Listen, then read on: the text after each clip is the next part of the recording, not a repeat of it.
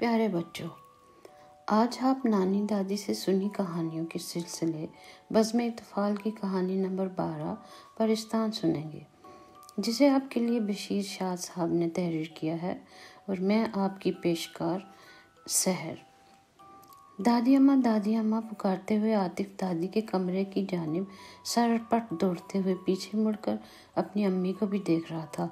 دادی نظر کی اینک درست کرتے دروازے تک کیا آئیں، شکایتوں کا دفتر کھل گیا۔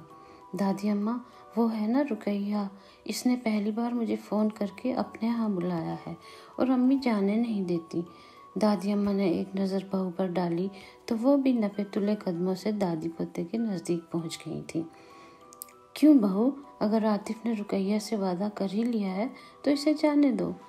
بات دراصل یہ ہے کہ ششماہی امتحانات سر پر ہیں اور میں نے ہوم ورک تو سب ختم کر لیا دادی اماں۔ دیکھو عاطف بیٹے، جب تمہاری ماں نے ابھی بات مکمل نہیں کی تو فکرہ درمیان سے اچک لینا ادب و آداب کے خلاف ہے۔ ہاں بہو کہو۔ جی میں یہ کہہ رہی تھی کہ ان 3 دنوں میں اسے مزید تیاری کروا دیتی ہوں، لیکن یہ خود سر ہوتا جا رہا ہے اور اپنی بات منوانے میں ایڑی چوٹی کا زور لگا دیتا ہے۔ چلو ٹھیک ہے بہو، جب اس کا باپ گھر آ جائے تو میری طرف بھیج دینا۔ جی بہت بہتر کہہ کر بہو تو چلی گئی، لیکن عاطف معاملے کی نزاکت کو سمجھتے ہوئے دادی اماں کے چہرے کے اتار چڑھاؤ پڑھنے کی کوشش کر رہا تھا۔ تو دادی گویا ہوئی، یہ بتاؤ عاطف، رقیہ کے ہاں کون آیا ہوا ہے جو تمہیں کہانی سنائے گا؟ دادی اماں، آپ کو سب باتوں کی خبر کیسے ہو جاتی ہے؟ اچھا تو دال میں کچھ کالا ہے۔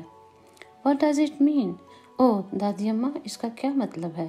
اس کا مطلب یہ ہے کہ کہیں نہ کہیں کوئی بات ضرور ہے جو چھپائی جا رہی ہے۔ نہیں دادی اماں، میں آپ سے کوئی بات نہیں چھپاتا۔ اب آپ ابو سے کیا بات کرنا چاہتی ہیں؟ کہیں ان کو منع نہیں کیجیے گا، وہ مجھے رقیہ کے پاس چھوڑنے کا وعدہ کر چکے ہیں۔ وہ تو بہو نے اسے گھر کے ضروری سامان لینے بازار جانے کی تاکید کی ہوئی ہے۔ وہ کب دادی اماں؟ جب تم اسکول جا چکے تھے۔ تو پھر میرے وعدے کا کیا ہوگا دادی جان؟ اچھا چلو آؤ میرے ساتھ، میں رقیہ کے والد کو کہتی ہوں کہ اسے یہاں چھوڑ جائے۔ لیکن دادی اماں، وہاں وہ آئی ہوئی ہیں جو جادو، جن، پریوں کی کہانیاں سنانے میں مشہور ہیں۔ سب سمجھ گئی ہوں، جانتی ہوں اسے۔ آج شب میں تمہیں کہانی پرستان سناؤں گی۔ سچ دادی جان؟ کافی لمبی ہے کیا؟ 2 اقساط والی تو نہیں؟ ارے نہیں، ٹھہرو، مجھے رقیہ اور اس کے ابو سے بات کرنے دو۔ ہیلو رقیہ بیٹی، فون ابو کو دو۔ ایسے کرو، رقیہ کو رات ہونے سے قبل یہاں چھوڑ جاؤ۔ جی وہ کچھ مہمان، سب پتہ ہے مجھے، تم اسے یہاں چھوڑ کے بے شک واپس چلے جانا۔ بہو رقیہ یہاں آ رہی ہے، اس کے آنے تک تم عاطف کو سبق پڑھا لو، کہہ کر دادی اماں عاطف کے حشاش بشاش چہرے کا جائزہ لیتے ہوئے اپنے کمرے میں چلی گئیں۔ گھنٹہ بھر تسبیح کے ہر دانے پر استغفار پڑھنے میں گزر گیا۔ شیطان سے پناہ مانگتے ہوئے بچوں کی اعلیٰ تربیت کے لیے دادی اماں کو ایک نئی کہانی تخلیق کرنی تھی۔ عاطف اور رقیہ کی عمر کو خاص مد نظر رکھتے ہوئے وہ پرستان میں کوئی نہ کوئی اصلاحی پیغام دینا فرض اولین تھا۔ اسی سوچ میں دادی اماں کہانی کا ابتدائیہ ترتیب دے رہی تھیں۔ عاطف پڑھائی سے فراغت ملتے ہی رقیہ کو اپنے ابو کے ساتھ گھر میں داخل ہوتے دیکھ کر پھولا نہ سمایا۔ رات کے کھانے سے فارغ ہوتے ہی رقیہ اور عاطف دادی اماں سے کہانی سننے اس کے کمرے میں براجمان ہو گئے۔ اچھا تو بچوں، کم سن سیف خواب میں زیادہ تر پریوں کے دیس کی سیر کرتے تھے۔ حشاش بشاش سوتے میں مسکراہٹیں دیتا تو اس کی ماں اس کے چہرے کے اتار چڑھاؤ کا بغور جائزہ لیتی۔ نیند سے بیدار ہوتے ہی وہ ارد گرد کے ماحول کو دیکھنے خاموش ہو جاتا، لیکن زباں پہ حسین خوابوں کا تذکرہ کبھی نہ کر پاتا۔ وقت گزرتا گیا اور جو ہی اس نے سن بلوغت میں قدم رکھا تو وہ تنہائی پسند ہو گیا۔ والدین کو فکر ہونے لگی، آخر معاملہ کیا ہے جو وہ اتنا سنجیدہ ہے؟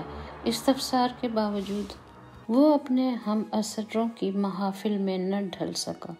ایک دن والد نے سیف کو بڑے پیار سے پوچھا کہ اب تم جوانی میں قدم رکھ چکے ہو، بتا سکو گے کہ اپنے مستقبل کے بارے میں کیا کرنا چاہتے ہو؟ قریب بیٹھی ماں کو اس کی شادی کی خوشیاں عزیز تھیں۔ کہ اظہار خیال پر اس نے صرف ایک طویل سفر پر جانے کی اجازت چاہی۔ والدین اس کے خیالات کو جاننے کے لیے سفر سے متعلق جو بھی سوال کرتے وہ یہی جواب دے رہا تھا کہ سفر سفر ہے، سفر کر کے جب منزل تک پہنچ جاؤں گا تو واپسی پر تمام حالات سے آگاہی دوں گا، فی الحال اسے سفر پر جانے کی اجازت دی جائے۔ اس سفر پر زیادہ راہ کی بھی ضرورت نہیں، سفر کی منازل میں محنت مزدوری کر کے اپنے اخراجات پورے کر لوں گا۔ چاروں ناچار شش و پل میں اپنے اکلوتے لخت جگر کی خواہش پر وقت والدین کی آنکھوں میں آنسو تو بھر آئے، لیکن سیف نے انہیں الوداع کہتے ہوئے اپنی انجان منزل کا تعین کر لیا۔ حد نگاہ والدین اسے جاتا دیکھ رہے تھے، لیکن اس کی سوچ کا اندازہ کرنے سے قاصر تھے۔ اتنی بڑی کائنات میں کہیں نہ کہیں تو وہ جگہ موجود ہے جو مسلسل اس کے خوابوں میں واضح دکھائی دیتی ہے۔ وہ اپنے ایک ہی خواب میں جکڑا کسی کو اپنا رازداں نہ بنا سکا کہ والدین بھی اس سے یہ راز اگلوانے میں کامیاب نہ ہو سکے۔ سیف نے تو جیسے اس خواب کو ہی اپنی زندگی کا حاصل بنا رکھا تھا۔ وہ اٹھتے بیٹھتے سوتے جاگتے اسی خواب کے حدود اربا میں رہا۔ ہائی اسکول کی تعلیم مکمل ہوتے ہی اس نے عازم سفر باندھ لیا۔ اس کی سنجیدگی اس قدر تجاوز کر گئی کہ ہم عصر بھی اس سے کترانے لگے تھے۔ اس صورت میں وہ کسی کو رازداں بناتا۔ اس کے ذہن میں یہ بات آ چکی تھی کہ اس کا خواب اس کا ہے اور وہ کیوں اس خواب کو بار بار دیکھتا ہے جبکہ دوسرے خواب دیکھنے والے ہر شب ایک نیا خواب دیکھتے ہیں۔ اس کی تعبیر نکلتی ہے اور پھر اگلی بار کوئی اور سہانا یا ڈراؤنا سا خواب ان کی نیند کا حصہ بن جاتا ہے۔ بچپن سے لے کر آج تک کے اپنے سہانے خواب کی تعبیر خود نکالے گا۔ اس کا خواب چھوٹا نہیں، لیکن یہ حسین وادی ہے کہاں؟ اسے راہ چلتے بہت سے لوگ ملے جو اپنی اپنی منازل کا تعین کیے مصروف کار تھے، کہ سفر کرنے کا کوئی اندیہ بھی تھا۔ بہت سے اپنی منازل کی راہ ایک دوسرے سے پوچھ بھی رہے تھے۔ وہ کیا پوچھتا؟ اس کے تخیلات میں تو تصویر نمایاں تھی، لیکن منزل کا سراغ کیسے لگاتا؟ وہ چلتا رہا۔ اس کے ساتھ کئی ملے اور کئی بچھڑ گئے، لیکن اس کے عین پیچھے ایک بزرگ باریش وقفے وقفے سے قدم بڑھا کے مسافت کم کرتے ہوئے انتہائی خاموشی سے کسی سے کچھ پوچھے بنا بھی ہم سفر تھا۔ سیف کی توجہ کبھی کبھار اپنے خیالات سے اس کی جانب بھی بڑھ جاتی۔ ایسے لگ رہا تھا کہ وہ بھی شاید اپنے کسی حسین خواب کی منزل میں سرگرداں ہے۔ سارے دن کی مسافت تھکان کا موجب بنی۔ گھر سے دیا ماں کے ہاتھ کا کھانا سامنے رکھے ابھی پہلا لقمہ لیا ہی تھا کہ بزرگ بھی اس کے قریب لمبی سانس لے کر بیٹھ گیا۔ سیف نے اسے بھی دعوت دی۔ یوں دونوں نے کھانا کی لذتوں کو اپنے اپنے پیٹ کی زینت بنایا۔ اب کھانے سے فراغت پر دونوں ایک دوسرے کو دیکھ تو رہے تھے، لیکن کوئی بھی بات کرنے سے پہل نہیں کر رہا تھا۔ نیند کی جھلک بھی دکھائی دینے لگی۔ سیف کو اس مقام پر بھی وہی وادی دکھائی دے رہی تھی۔ وہ اپنی امنگوں میں ہنستا مسکراتا اٹکلیاں کرتا، ماحول کی جاذبیت میں کھویا، دنیا مافیا سے بے خبر اپنے خواب میں پرسکون تھا۔ بزرگ اس کی خوشیوں بھری زندگی کے اتار چڑھاؤ کا بغور مطالعہ کرتے کرتے اس وادی میں پہنچ گیا۔ سیف نے اسے وادی میں دیکھا تو اس کی آنکھ کھل گئی۔ وہ بزرگ کو سر سے پاؤں تک ایک ٹک دیکھے جا رہا تھا۔ کیا ہوا؟ مجھے یوں کیوں دیکھ رہے ہو؟ وہ اس لیے کہ ساری زندگی جس خواب کو میں دیکھ رہا ہوں اس میں پہلی بار رد و بدل ہوا ہے اور آپ کی وہاں موجودگی میری سوچوں کا مرکز بن گئی ہے۔